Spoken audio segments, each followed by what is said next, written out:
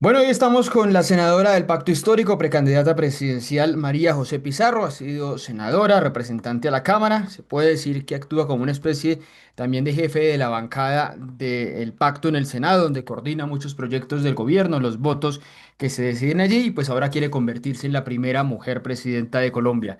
Senadora Pizarro, gracias por atender esta invitación. ¿Qué tal va todo? No, todo muy bien, un gusto saludarte, Ricardo, y bueno, a todas las personas que nos siguen, un gran abrazo. Bueno, senadora, primero, ¿cómo va esa campaña dentro del pacto? ¿Qué es lo que viene más urgente? La decisión que van a tomar los militantes, los seguidores del pacto histórico en octubre. Le escuchaba en las últimas horas el anuncio según el cual van a hacer unos debates regionales. ¿Cómo va a funcionar esta campaña de aquí al 26 de octubre? Pues bueno, no, hay una reunión justo esta misma semana para definir cómo serían esos debates. Lo que se acordó en el día de ayer fue la realización de 5 debates regionales, un gran debate nacional y los pormenores pues ya se estarán acordando en en las próximas horas, en los próximos días. Pero sí, la idea es que en mi criterio la gente pueda, aunque somos todos parte del mismo espectro político y defendemos en teoría, y así debería ser el mismo proyecto, los mismos principios, los mismos ideales, pues por supuesto existen matices entre nosotros y yo creo que la gente tiene que saber qué tan listos, preparados, cuáles son nuestras propuestas concretas en materia, por ejemplo, de seguridad, en materia de transición energética, de política internacional, en fin. Porque lo que tenemos es tal vez algunas personas muy expertas con algunos perfiles con mucho conocimiento alrededor de unos temas en específico, pero bueno, se trata de gerenciar, de dirigir este país y por lo tanto se requiere un conocimiento mucho más amplio y propuestas mucho más ciertas alrededor de distintos temas de interés nacional. No solamente continuar con el proyecto del cambio, sino cómo proponemos continuar con este proyecto. Quería preguntarle también sobre una propuesta que usted había hecho hace unas semanas de una encuesta. ¿Eso está sobre la mesa? ¿Se ha hablado? ¿Y esa encuesta sería para qué? Para que algunos de los candidatos, porque hay muchos realmente, hay muchos precandidatos dentro de esta consulta del pacto histórico, para que algunos renuncien. ¿Eso se ha hablado entre ustedes? No, no se ha hablado de renuncias, pero lo que sí es cierto es que nosotros no podemos tener un panorama claro y tampoco podemos permitir que la revista Semana, a través de sus encuestas, sean las que nos definan el futuro. Para nada. Yo sí creo que se requieren encuestas internas, es decir, que nosotros podamos conocer realmente cómo tenemos el panorama con encuestadoras que consideramos son fiables a través de preguntas que nosotros consideramos son las que nos permiten leer y entender mejor las tendencias y y la voluntad del electorado, la percepción del electorado. Sí se habla de realizar esta encuesta, yo espero que se realice en los próximos días, porque a nosotros el destino no lo va a definir la derecha de este país. Y eso, usted me dice que no han considerado renuncias, pero ha habido mucho movimiento por estos días, por supuesto. Se confirmó la candidatura del senador Iván Cepeda, que es un gran nombre dentro de la izquierda. Se confirmó que Daniel Quintero iba a estar en esa consulta, que para muchos en lo particular creo que su espacio era el Frente Amplio, pero él decidió participar allí en el pacto. Todo eso no ha impactado la manera en cómo se pueden repartir esos votos de la izquierda, porque muchos creen que si todos esos votos se reparten entre los que ustedes que han sido militantes tradicionales de la izquierda, pues puede terminar ganando Daniel Quintero. Pues ese es un riesgo, lo que hay que hacer es construir una estrategia para ganarle a Daniel Quintero y en mi caso concreto, pues o en el de cada uno de nosotros, pues para ganar la consulta. Lo cierto es que hoy existe un empate técnico según la misma encuesta de la revista Mm. Semana y otras encuestas que se han venido realizando. Esto quiere decir que las 5 primeros perfiles, los quienes están punteando en las encuestas, la diferencia es de 11 en unos, 8 en el otro, con un margen de error del 3%. Esto lo que da es un empate técnico y esto implica que cualquiera puede crecer, depende de quién tenga el techo, el techo más abajo, ¿no? Por decirlo de alguna manera, quien ya no tenga muchas posibilidades de crecer. En mi caso, pues por supuesto consideramos que tenemos todas las posibilidades de crecer y por eso nos mantenemos en la consulta, pero tendremos que definir también cuál es la estrategia para que la candidatura presidencial sea liderada por candidaturas que representen o la candidatura que represente la historia del movimiento político, es decir, una candidatura que tenga raíces, una candidatura que sea posible porque es capaz de entrar directamente en una conversación con sectores del Frente Amplio con quienes tenemos que generar unas sinergias para poder ganar en el 2026 una campaña que sume, es decir, que sume otros sectores políticos, que no nos haga depender únicamente de candidaturas de centro para poder crecer hacia el centro, sino que nosotros mismos tengamos la capacidad de crecer hacia ese electorado progresista que votó por el presidente Gustavo Petro en el 2022. Así que son características que tiene que tener una candidatura del pacto histórico, que tiene raíces, que sea posible, que sea una candidatura que sume. Y yo creo que las mujeres hoy estamos en capacidad de liderar de una manera completamente distinta este proyecto político. Senadora Pizarro, ¿usted cree que habrá algún guiño presidencial, un guiño del presidente Petro? Se lo planteo, yo algunos de videos que había publicado anteriormente había planteado que usted podría ser una de esas candidatas que tenga el guiño presidencial por lo que simboliza, por su cercanía al presidente, por lo que planteaba antes de esa jefatura de bancada, si se quiere, en el Congreso, pero también Daniel Quintero por el estilo que tiene, muy confrontacional, muy irreverente como el del presidente Petro. ¿Usted cree que va a haber ese guiño presidencial en algún momento? Pues yo lo que creo es que el presidente está haciendo lo que tiene que hacer, es que es gobernar este país. Si el presidente lo hace de la manera correcta, si el gabinete ministerial avanza en la ejecución, si este gobierno logra recuperar los rezagos que en algunos momentos ha tenido y se despide con un excelente gobierno, pues las posibilidades de ganar son todas, no importa quién esté al frente.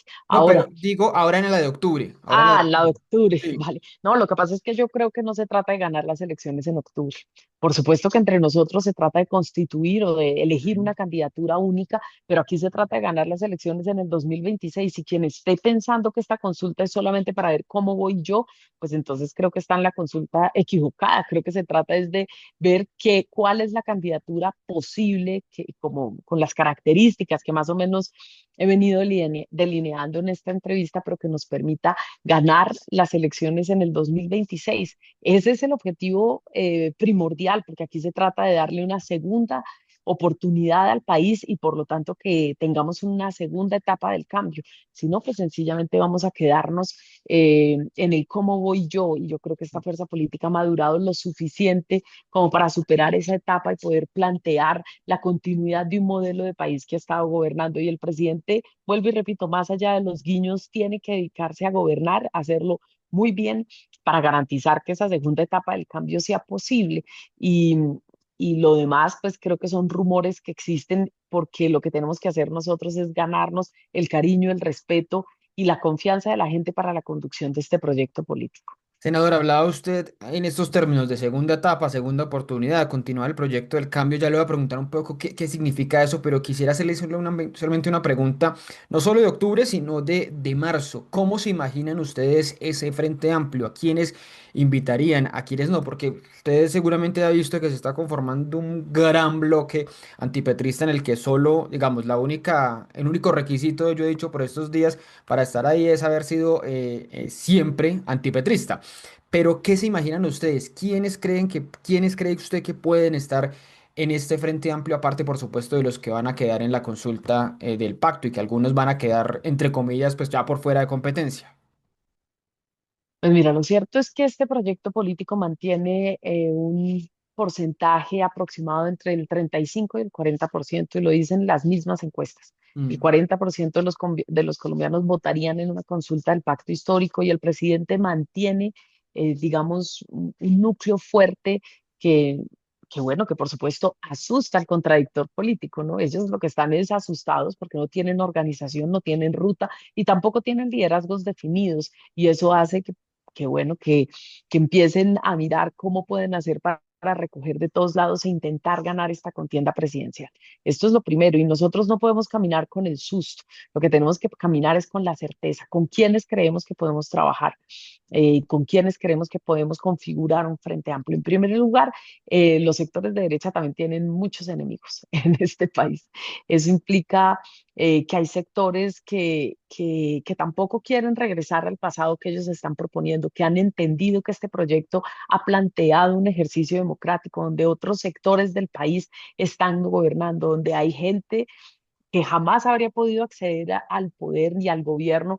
eh, con los gobiernos anteriores y que en cambio ahora lo están haciendo. Y eso implica un cambio de mentalidad. En segundo lugar, pues por supuesto, hay sectores democráticos en este país que tampoco se sienten recogidos en los postulados de la derecha en Colombia, que creen que no podemos avanzar por derivas autoritarias como las que nos van a proponer.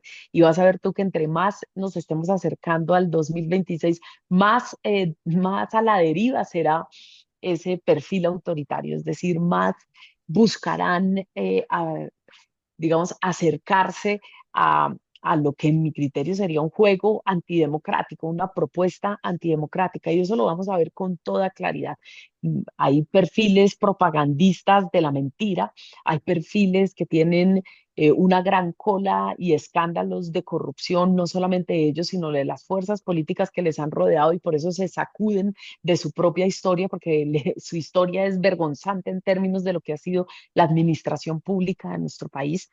Y en cambio hay gente que considera que este país puede avanzar por una senda democrática y que está dispuesta a construir y a dar los debates que requiere la nación en estos momentos.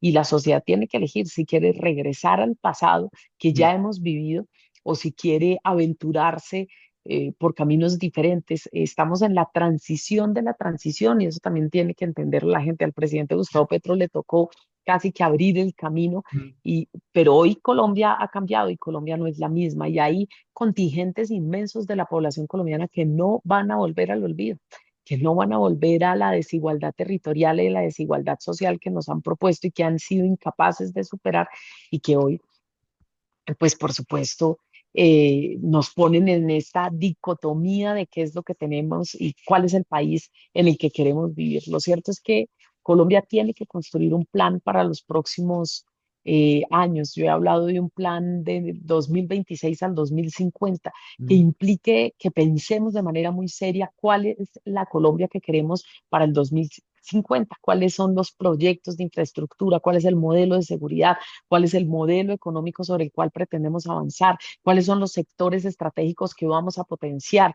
Y todo esto nos va a permitir entrar al siglo XXI, que creo que es lo que tenemos que estar pensando cuando ya estamos en el 2025. Pero no me respondió un poco con quiénes se imagina ese Frente Amplio. Camilo Romero estaría por fuera, Clara López, que ha dicho que quiere ser candidata, Roy Barreras, Luis Gilberto Murillo, Juan Fernando Cristo, todos esos nombres estarían en el Frente Amplio. ¿Alguno de ellos usted dice no o alguien más se imagina allí? ¿Cómo ve esos nombres para marzo? Pues lo que espero es que Unitarios entre en el pacto histórico y los sectores progresistas entren en el pacto histórico y tengamos una consulta muy votada, pero también la posibilidad de configurar el bloque progresista dentro del Frente Amplio. Esto es fundamental y tenemos que entenderlo en términos políticos, lo que esto implica. El bloque progresista organizado, convocando un gran frente amplio. El gran frente amplio está compuesto por demócratas en este país, pues por supuesto que hay perfiles como los que tú has nombrado, pero hay otros con quienes hemos cogobernado también en estos años. Un frente amplio no puede ser entre los sectores progresistas, un frente amplio tiene que ir más allá de los sectores Mm. progresistas y tiene que conversar con demócratas de este país que puedan, vuelvo y repito, configurar ese gran bloque democrático por Colombia, un gran bloque por Colombia, por sacar adelante este país. Y allí hay distintas voces. Yo creo que se van a ir mostrando con el tiempo y en la medida en la que se vayan decantando las elecciones, hay quienes tendrán que elegir si su lugar es la derecha o su lugar es el progresismo y la democracia en Colombia.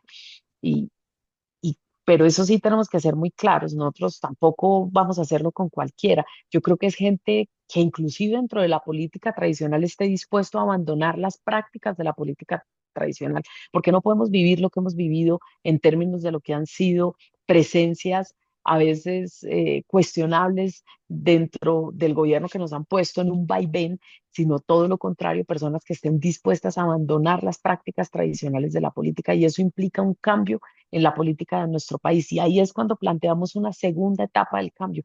¿Qué necesitamos para que este país pueda profundizar las transformaciones de todo orden, inclusive una transformación política profunda? Senador Pizarro, si a usted le tocara ser quien conduzca esa segunda etapa del cambio, pongamos la analogía de un carro, usted está en el carro con unas maletas que son las que traía el gobierno Petro. ¿Qué bajaría del gobierno? ¿Qué maletas bajaría y qué no seguiría? ¿Y qué otras maletas subiría para un gobierno eventual suyo, para conducir ese resto de camino de segunda etapa del cambio? Bueno, yo creo que hay que avanzar en el modelo económico. Creo que esto es fundamental. Avanzar en el modelo económico implica que se profundice ese tránsito de una economía extractivista a una economía productiva. Y ahí hay unos sectores que son estratégicos. La agricultura es estratégica. El segundo piso de la reforma agraria es fundamental, ya no solamente en la entrega de tierras. Hay que seguir avanzando en la entrega de tierras, por supuesto, porque eso es justicia para el país y eso es darle dignidad y capacidad a los campesinos, sino la posibilidad de acceder a créditos del primer piso y sobre todo a tecnología para el desarrollo y para potenciar sus propios cultivos, ¿no?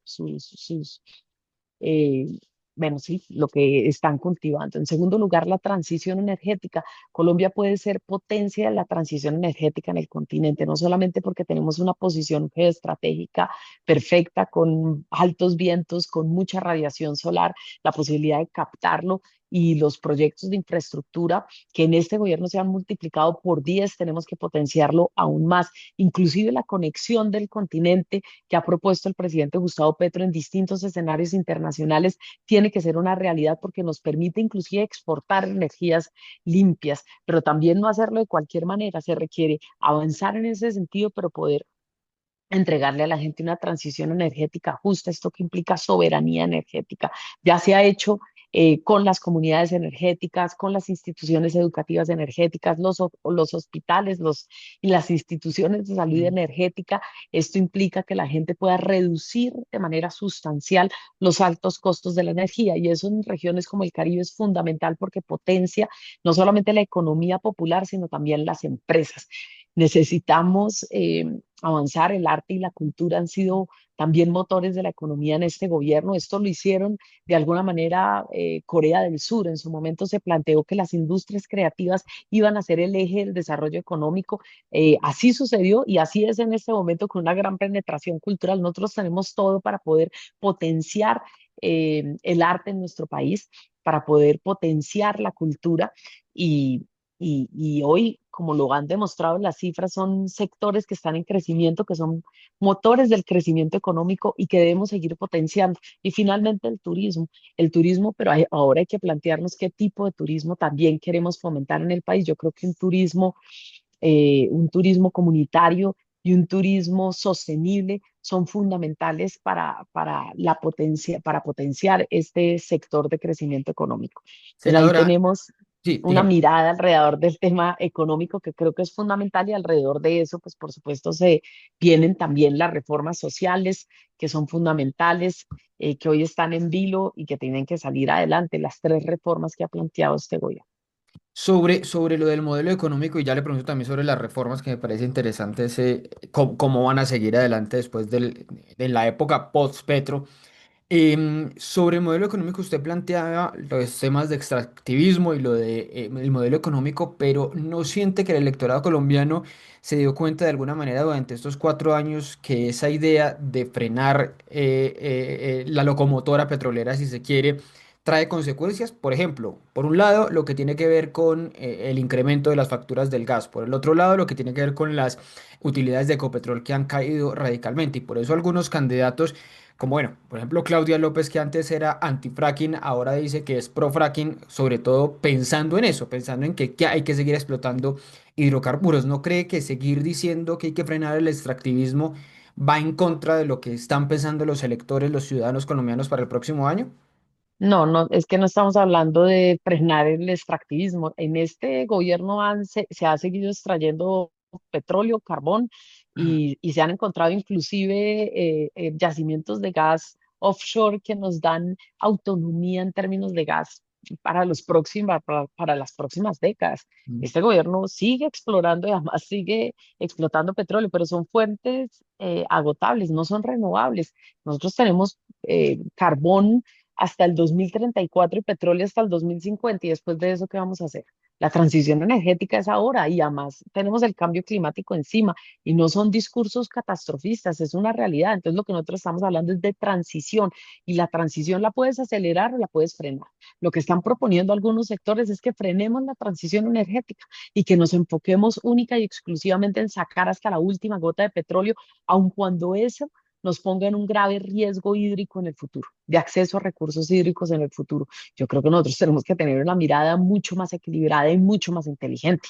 Aquí no puede ser cómo acabamos con todas las fuentes hídricas de este país para sacar hasta la última gota de petróleo, sino cómo podemos aprovechar los recursos que tenemos, que son muchos, para acelerar la transición energética. Y eso no implica que no vamos a sacar petróleo, y eso tampoco implica que no vamos a sacar carbón. E inclusive podemos explorar la minería para la vida. ¿La minería para la vida qué es? Es minería para la transición energética, otro tipo de minerales que no nos son tan costosos en su extracción en términos de afectaciones al ambiente, pero que en cambio sí nos pueden dar réditos económicos. Y eso es plantearnos el modelo de país y de eso es de lo que estamos hablando. Ahora, quienes tienen un modelo único de avanzar con la locomotora minera, pues bueno, ¿cuál es el país que le van a entregar? Miren ustedes el ejemplo de la Amazonía, de Brasil, perdón, y eso que Brasil está con un gobierno progresista, pues están acabando con la Amazonía y están acelerando con esa decisión el cambio climático en el mundo y las altas temperaturas que se están viviendo y los efectos climáticos extremos en los que estamos. Entonces yo creo que se necesita una visión mucho más integral del asunto,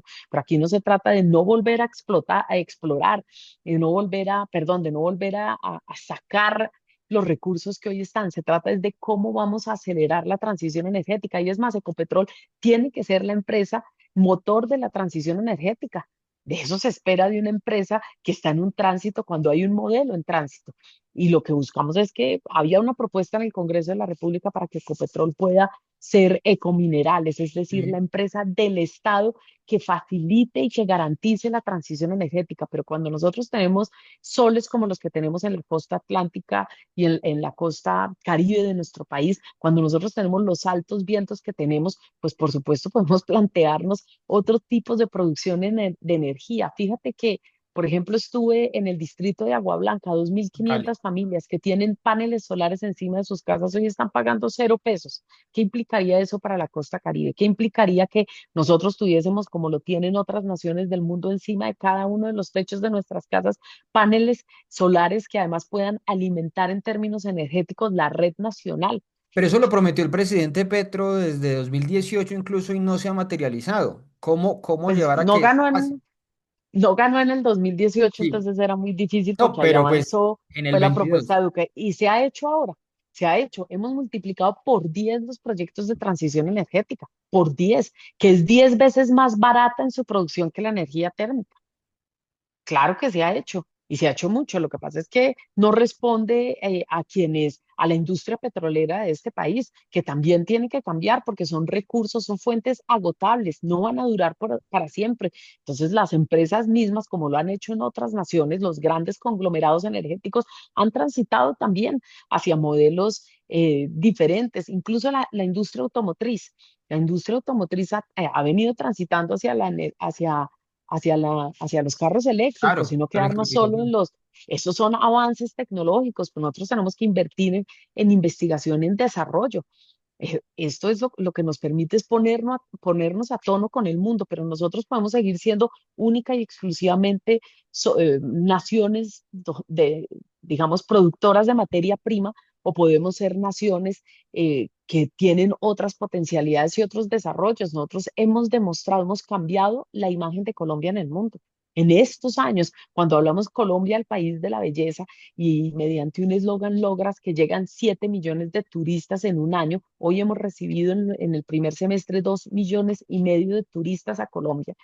¿Esto qué implica? Que es gente que quiere conocer este país y lo quiere conocer no porque tengamos a Pablo Escobar y no por la novela de los capos, lo quieren conocer porque es un país bello, Y eso genera sentido de pertenencia y eso nos permite explorar otras oportunidades y desarrollar otras industrias en nuestro país. Por eso es una transición, no Mm, es una imposición, es una transición. Y la decisión que tenemos que tomar es si vamos a avanzar en la transición o nos vamos a quedar con el modelo petrolero, que me, tiene unos costos en términos ambientales y que tampoco produce tantos trabajos como se piensa.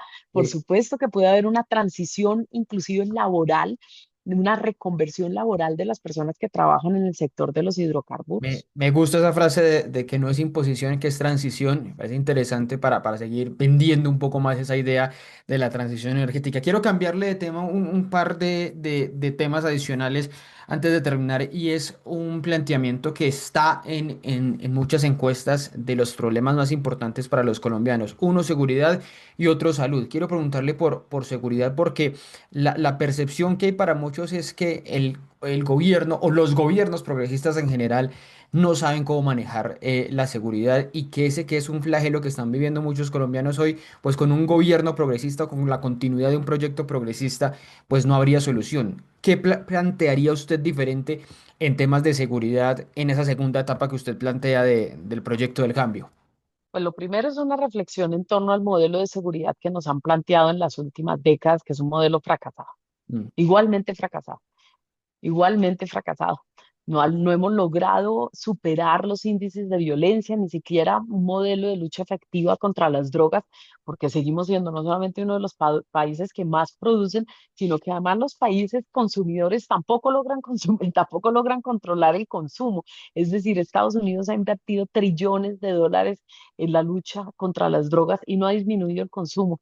Y nosotros hemos invertido alrededor de 80 billones de pesos y tampoco hemos logrado controlar el asunto. O sea que el modelo que nos proponen de seguridad y de lucha contra las drogas es un modelo que también es caduco y que tiene un alto costo en vidas humanas, mm, tiene un altísimo costo para las comunidades. Y eso lo hemos vivido en las últimas décadas. Ahora, ¿qué es lo que nosotros hemos hecho en Colombia? Nosotros lo que hemos planteado es una amalgama, es como hacer confluir el modelo de seguridad con el modelo de paz. Y son dos cosas diferentes y tenemos que entender que son dos asuntos que caminan por carriles paralelos, pero que se manejan de manera distinta. Una cosa es la política de paz, que cualquier gobierno tiene que tenerla, la tuvo Belisario de Tancur, que era un gobernante conservador, la tuvo el mismo Álvaro Uribe Vélez, el mismo Pastrana tuvo políticas de paz, algunas veces con éxito, otras un fracaso absoluto, mm, pero todos los gobiernos en un país que tiene más de 60 años de conflicto armado tiene que tener una política de paz, no puede prescindir de una política de paz.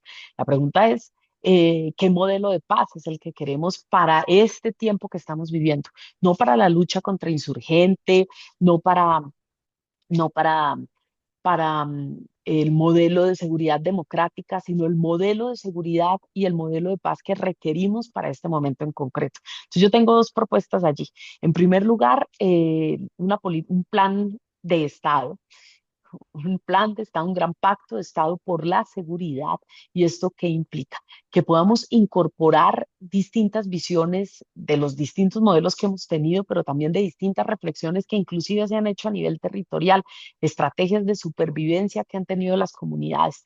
Necesitamos, en primer lugar, una mirada a corto plazo y eso requiere mucha inteligencia, pero una inteligencia humana que no ponga en riesgo a las comunidades, es decir, que no sean utilizadas ni por un actor armado ni por el otro, sino proteger a las comunidades que están en los territorios, pero que nos permitan entender cómo están operando las estructuras armadas de este tiempo, que son distintas inclusive a las del 2016. mm. Entre el 2016 que se firmó la paz y hoy han mutado las estructuras armadas en nuestro país. Hoy tenemos transnacionales de la droga operando en nuestro territorio. Tenemos que entender cómo operan, pero también cómo entran.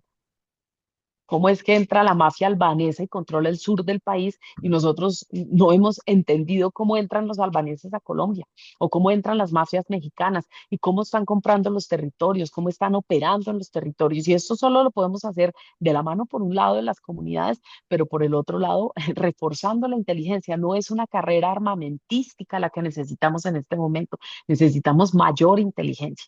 Y eso es una mirada a corto plazo que no castiga a los eslabones más débiles de la cadena, que nos permite inclusive fortalecer la justicia en términos de cooperación internacional de la justicia para poder atacar estas transnacionales de la droga que operan aquí en los países productores, en los países de tránsito, pero también en los países que consumen drogas. Yo no veo a los Estados Unidos eh, capturando a los grandes capos que operan en su territorio, porque la droga se vende allá también, por ese Claro. ejemplo, ¿sí? Y que son estructuras profundamente degradadas que tercerizan la violencia a través de las estructuras locales.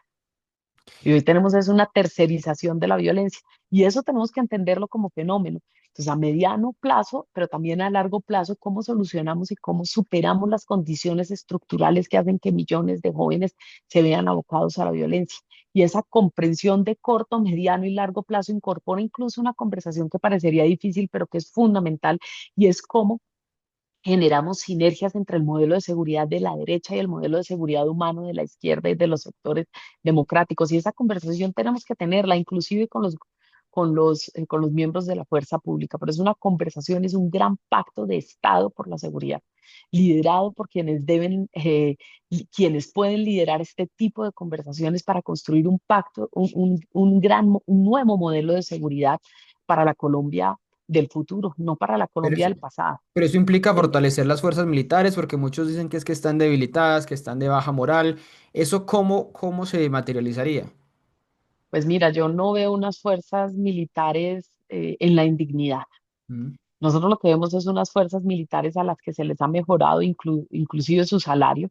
Veíamos en estos días a los soldados celebrando y además llegar al salario mínimo, a los héroes de la patria que los han mantenido casi que en la indigencia, comiendo unas raciones de comida paupérrimas. Ahora se les entregan unas raciones de comida dignas a los héroes de la patria. Y eso esto lo ha hecho este gobierno, no el anterior. El anterior los ve como el gatillo, ¿no? Como el fusible. Nosotros lo vemos como héroes de la patria, de verdad, gente que está luchando por este territorio y por además por eso nos enfocamos tanto en que la fuerza pública recobrara la confianza ciudadana. Hace unos años, en el gobierno pasado, la gente huía de la policía. En este momento la gente confía en la fuerza pública. Y eso es también retornarle la dignidad a la policía, a las Fuerzas Armadas. Yo misma propuse una ley, hoy es ley de la República, para democratizar la línea de ascensos en la policía, junto con el senador Inti Asprilla. ¿Y qué implicó esta ley? Implica que hoy tenemos más o menos 12.500 soldados y policías, porque el ministerio lo hizo extensivo a la policía, que estudian de manera gratuita en las universidades y que pueden ascender en la línea de ascensos y soñar con ser generales o comandantes. Y eso lo hemos hecho nosotros. Eso es dignidad para la fuerza pública. Nosotros creemos que un patrullero puede llegar a ser comandante de la policía. Nosotros creemos que un soldado puede llegar a ser general de la República. Mm. Y es una visión diferente. La mesada 14 se logró en este gobierno. O sea que no tenemos una fuerza en la indignidad, una fuerza pública en la indignidad, todo lo contrario. Así que eso depende del relato, pero también depende de cómo tú veas a la fuerza pública de tu país. Si tú la ves como un fusible, si tú crees que son sencillamente soldados que son prescindibles, pues bueno, tienes la fuerza pública que tienes, muy vinculada a las estructuras criminales y no a los derechos humanos. Y nosotros creemos que tenemos que tener una fuerza pública vinculada a los derechos humanos y ojalá superando la violencia para poder cumplir con una labor constitucional que va más allá del ejercicio de lo armado, de lo Senador, militar. senador, ¿y cómo salir del caos en salud? No digo que el caos de este gobierno, el caos que ha habido desde casi que desde que inició la ley 100 por diferentes crisis que nos han llevado a tener de 100 EPS a lo que tenemos hoy, a robos, a corrupción, a falta de atención, a carruseles de la muerte, todo el drama que hemos visto en salud, pero que en el gobierno del presidente Petro no se ha podido solucionar por falta de una reforma a la salud, por falta de acuerdos, también por unas intervenciones que no han resultado bien. ¿Qué haría usted en salud diferente? ¿Qué paso siguiente daría para poder mejorar ese servicio esencial para los ciudadanos? Pues yo coincido con el presidente Petro en un aspecto, por ejemplo, que necesitamos una reforma a la salud porque el modelo de salud actual es un modelo no solamente deficiente, sino que está en crisis. Y es Mm. un modelo que está en crisis no por este gobierno, sino que, como tú lo decías, viene arrastrando distintas crisis en el pasado, porque no ha existido veeduría a los recursos. Y esto es fundamental. Yo sí creo que el tránsito de ser digamos, administradoras de los recursos a ser gestoras de la salud, es un tránsito que es necesario, pero se requiere veeduría sobre los recursos que se entregan. Se entregan billones de pesos para la salud que no tienen ninguna veeduría y que terminan es fortaleciendo la infraestructura privada de salud y a costo de sacrificar la infraestructura pública de salud. Hoy tenemos los centros de salud abandonados, hoy tenemos las clínicas y los hospitales en crisis con unas condiciones muy difíciles para otros héroes de la patria, que fueron los héroes de la pandemia y que fueron el personal médico de nuestro país, que requiere estabilidad laboral también, que requiere estabilidad laboral, porque si no, entonces tú no puedes hablar de defender un modelo de salud si ellos no ocupan un papel fundamental y tienen mucho que decir alrededor de la reforma a la salud, pero de sus propias condiciones laborales. Entonces ahí tienes dos aspectos que yo considero fundamentales. El tercero, un modelo de salud preventiva.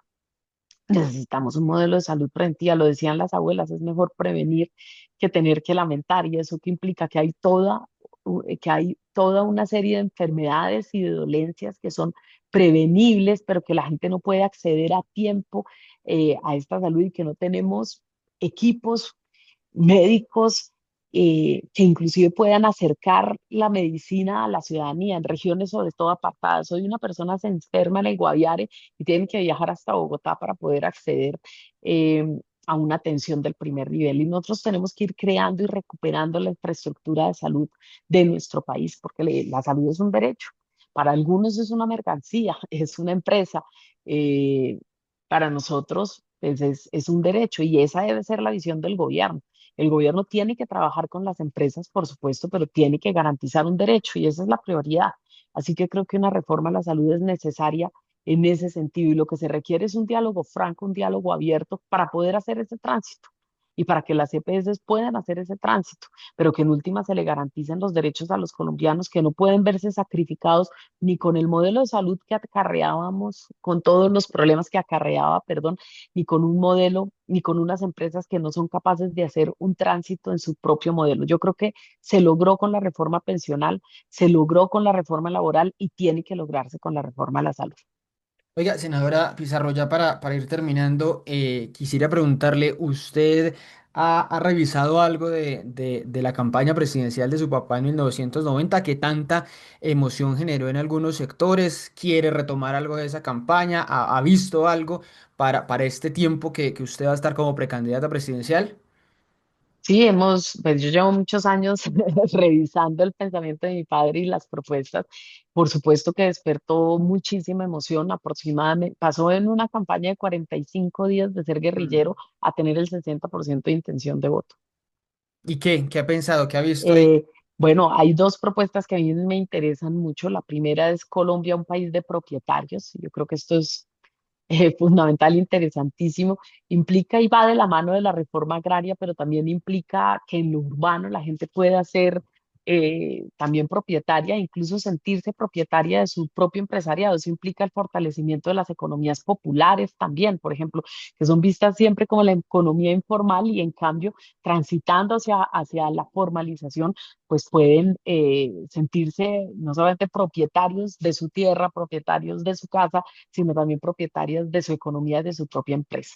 Y otro es el capitalismo democrático, que lo planteaba en ese momento, y es la posibilidad de que el capitalismo sea para todos, no solamente para unos pocos. Nos dicen que nosotros lo que queremos es una uniformidad en la nación, nosotros no planteamos la uniformidad en la nación, estaríamos más cercanos al pensamiento socialdemócrata que a un pensamiento, digamos, de corte más comunista, socialista, pero implica que si el modelo que ha existido ha sido el capitalismo, pues por supuesto eso lo planteó en 1990, ¿no? En el Mm. siglo XXI tiene otras reflexiones distintas porque ya llegó el neoliberalismo, bueno, a todo lo que ha pasado en la historia del mundo, pero sí implica que la gente pueda sentir que inclusive el modelo económico es para su propio beneficio.